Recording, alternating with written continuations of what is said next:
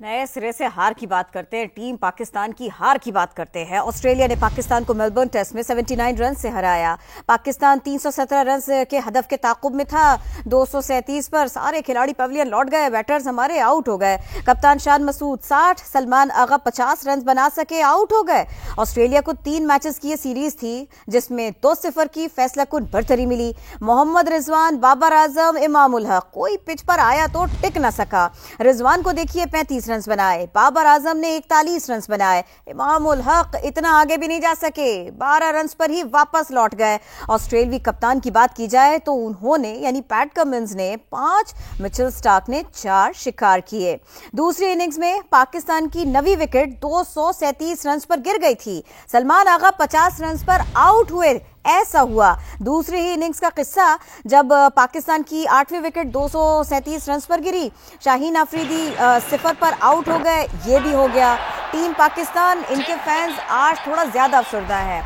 जब आप एक बड़े इवेंट से हार के निकले तो सबको तवक्को थी कि कम बैक तो करेंगे, कुछ कलर्स तो दिखाई देंगे, जीत के करीब तो जाएंगे, लेकिन करीब क्या जाना, यहाँ तो टीम मुश्किलात का शिकार दिखाई दी। कुछ बेहतर परफॉर्मेंसेस भी दी गई, लेकिन जब हार जाते हैं तो फिर उनको काउंट कैसे किया जाए। ऑस्ट्रेलिया ने पाकिस्तान को मेलबर्न टेस्ट में पछाड़ दिया, 79 रन से हरा दिया। पाकिस्तान 317 रन के हदफ का ताक़ुब था जिसको चेस करने की, रीच करने की कोशिश कर रहा था, लेकिन ऐसा हो नहीं सका। 237 रन पर ही आउट हो गया। इसी सिलसिले में बात करेंगे। मुश्ताक अहमद साहब उनको ज्वाइन कर रहे हैं। बहुत शुक्रिया, आप हमें वक्त दे रहे हैं। मुश्ताक साहब, देखा आपने मैच, कैसे ये लोग हारे, क्या उम्मीद रखें आगे के लिए अब? बिस्मिल्लाहिर्रहमानिर्रहीम। सबसे पहले तो ऑस्ट्रेलिया को एक मुबारकबाद देनी चाहिए। बहुत अच्छी क्रिकेट खेले हैं वो, किसी चीज पे भी पैनिक नहीं हुए। और जब पाकिस्तान के पास इस टेस्ट मैच में बड़े चांसेस आए हैं कि पाकिस्तान ये टेस्ट मैच जीत सकता था, वो छोटे छोटे जो चांसेस आते हैं ना, जो आपको वो हमने थोड़े मिस किए। जैसे अब्दुल्ला शफीक से अनफॉर्चुनेटली कैच ड्रॉप हो गया, और फिर जब पार्टनरशिप लगी, कोई भी हमारी पार्टनरशिप लंबी नहीं लगी। जब आप बैटिंग कर रहे होते हो, 300 प्लस स्कोर आपने करना होता है, तो एक बंदे को फिर 100 के करीब रन करने पड़ते हैं। और फिर आई थिंक हमारे सारे बैट्समैन ऑलमोस्ट सेट होके आउट हुए हैं। तो आई थिंक इसका क्रेडिट पाकिस्तान को भी जाता है। उन्होंने थोड़ी सी फाइट आउट जो की है, मगर the end of the day I think इस पिच के ऊपर पाकिस्तान के पास बहुत चांस था, एंड आई वाज होपिंग कि पाकिस्तान ये टेस्ट मैच जीत सकता था। और ये भी फरमाइएगा, जैसे देखिए बाबर आजम थोड़े से ऑफ कलर दिखाई दे रहे हैं। अभी तक का जो हमने मैच का उनका सफर देखा, सारे के सारे टेस्ट का, वो तो चलिए 41 पे चले गए। रिजवान के साथ क्या हुआ, इमाम के साथ क्या हुआ? आई थिंक ये जितने भी हमारे बैट्समैन है, जो मेन बैट्समैन है, उन्होंने उनसे वो सेट होके आउट हुए हैं। हमारे जब भी देखे ना, मिच मार्श का जब कैच छूटा तो उसके बाद उसने फिर 90 रन किए। 90 का मतलब है वो टीम को लेके निकल गया। हमारी पार्टनरशिप जो भी लगी है वो 60-70 से ज्यादा नहीं लगी, जबकि 300 प्लस करने के लिए आपको पार्टनरशिप 100 से ज्यादा रन की एक चाहिए होती है बीच में।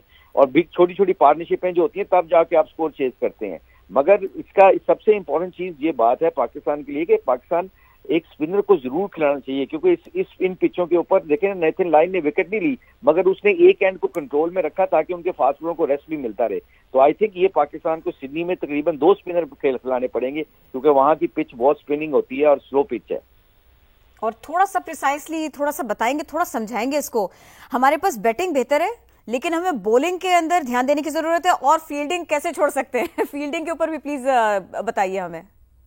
देखिए, ऑस्ट्रेलिया जो आज मैच जीता है वो अपने कैचेस की वजह से जीता है। अपना उन्होंने कोई भी कैच उसके पास है उन्होंने नहीं छोड़ा। तो आपके पास जब अपॉर्चुनिटीज आती है तो आपने वो ग्रैब करनी होती है। आपकी कॉन्सेंट्रेशन लेवल ऐसी टीमों के खिलाफ इतना हाई होता है कि आपने एक एक बॉल के अंदर आपने रहना होता है। आप थोड़ा सा भी आप ऑफ होते हैं तो आपने वो जो अब्दुल्ला शफीक से मैं कह रहा हूँ जो कैच छूटा, 1-2 कैच छूटे हमसे, वो इंपॉर्टेंट टाइम था। अगर वहां पे अगर आप ये मिच मार्श आउट हो जाता तो हो सकता हमें 100 रन से ज्यादा, 150 रन से ज्यादा चेज ना करने पड़ते, जो कि हमारे लिए इजी था। तो आई थिंक फील्डिंग में तो ये है कि आपको जो मोमेंट्स आते हैं आपको कैचेस करने पड़ेंगे।